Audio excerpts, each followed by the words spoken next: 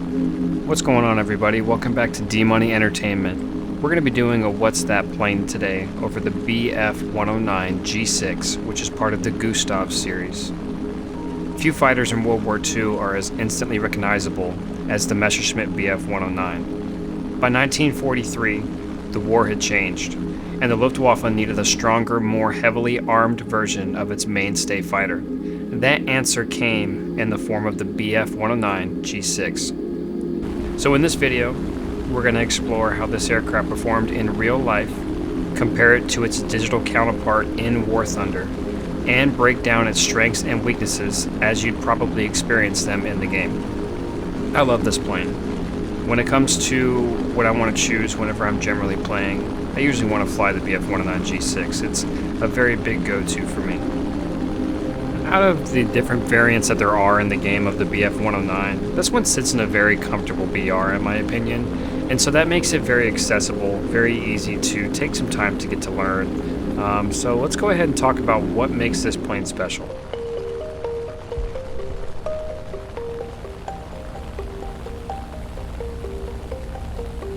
The G-6 entered service in early 1943 and quickly became one of the most produced Bf-109 variants, with over 12,000 airframes rolling off the assembly lines.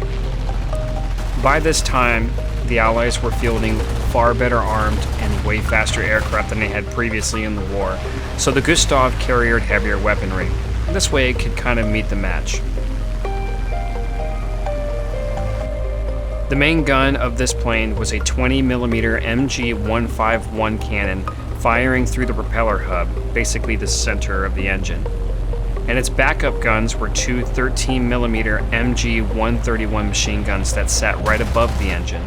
This is effectively like the American 50 caliber, just, German's version.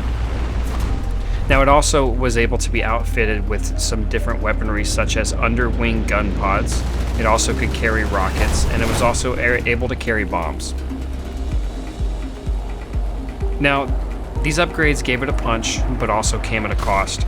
There was this bulky nose little bulge on the very front of the plane that earned it a nickname Buell, or Bulge, effectively just a way that people made fun of the plane, including German pilots.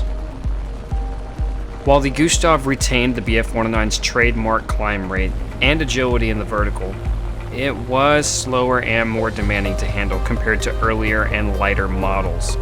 Still, in the hands of Luftwaffe aces like Erich Hartmann, the G-6 proved very devastating. This was a really good plane. I do want to say again, you do have the ability to use bombs on this plane in War Thunder, but this is not a ground pounder, so really honestly, just bring them selectively and dive bomb one target at a time. So, how does the G-6 stack up in War Thunder? The developers have modeled the Gustav to reflect its real-life balance of firepower and agility. You'll immediately notice it has a strong climb rate, one of the best in its BR.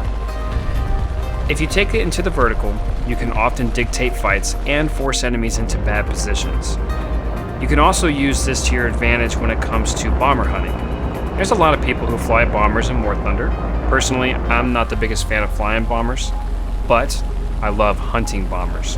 And my goodness, does this plane excel at hunting bombers. You can spend a lot of time climbing in other planes. Most American planes you gotta spend a lot of time climbing, but one of the biggest things I love about it is I don't have to spend a whole lot of time in the G6 climbing. Typically I put it, let's say start a realistic battle, I will put it straight at a 20-degree climb, and I really only have to get to about 3,500 meters, and then usually I'm up to the same level as the bombers or even their early interceptors on their team. Taking advantage of this strength is a smart thing to do, especially when you consider how powerful the guns are on this plane. When it comes to firepower, the 20mm cannon hits hard. A short burst can cripple a bomber or rip off the wing of a fighter. Add in the twin 13mm machine guns, and dude, you got a formidable package. The trade-off is ammo. You really don't get a lot for the cannon, so trigger discipline is an absolute must. You can't just go blasting. In terms of handling, the Gustav shines at higher altitudes because it has a Daimler-Benz engine that still puts out a lot of power, but not very good at low altitudes. If you do get dragged down into a low-speed turn fight, especially against Spitfires or Yaks, you're really going to find out the limits of this plane really quickly. But if you're taking on somebody like a P-38 who you can absolutely outturn, especially at these lower speeds and at lower altitudes, you're not going to have an issue with those guys. You still have a pretty well-maneuvering plane.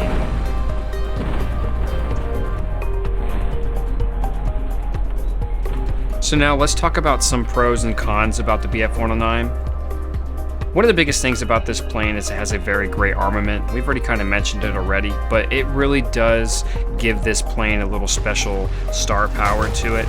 The 20 millimeters are fantastic, the 13 millimeters are fantastic. Being able to put the underslung guns makes it fantastic. I honestly got to think that the climb rate is probably the strongest thing about this plane in game, and when you exploit it, it puts you in a great situation, especially when you stick to the high altitude where this plane really shines.